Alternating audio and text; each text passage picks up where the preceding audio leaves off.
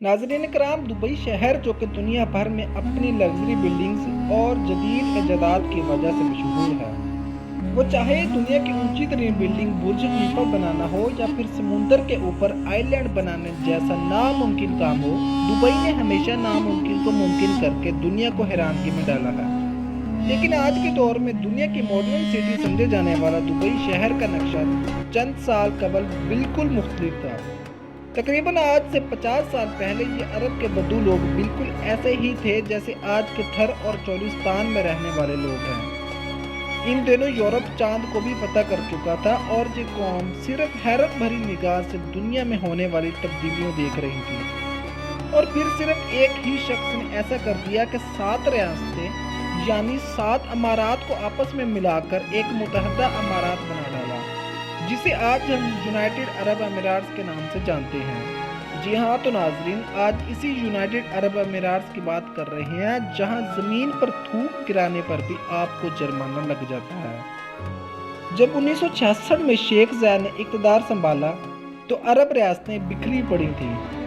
शेख ज़ैद ने जो बुर्ज खलीफा बनाने की वजह से मशहूर हैं, जिनका हालिया ही दिनों में इंतकाल भी हुआ है।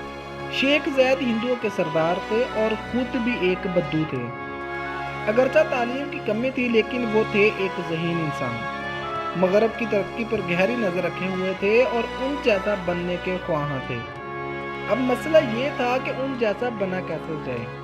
अगरचा तेल की दरियाफ्त तो हो चुकी थी, लेकिन इसको सही इस्तेमाल कैसे किया जाए। अरबों के पास रिसोर्सेज तो आ गए, लेकिन अब टाइम बहुत कम था।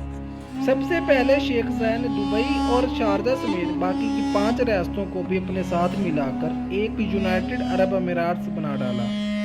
उस टाइम उनके घर झोंपड़ियों की मानद थे और बाजार खुले हुआ करते थे। जिंदगी गुजारने के लिए खजूरें और सवारी के लिए ऊंट पाले जाते थे।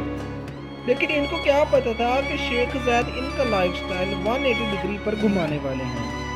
मुख्तलिफ रियासतों को इकट्ठा करने के बाद शेख ज़ैद ने अपनी सरजमीन से तेल निकालने के लिए मुख्तलिफ यूरोपियन कंपनियों से मुआहदे किए।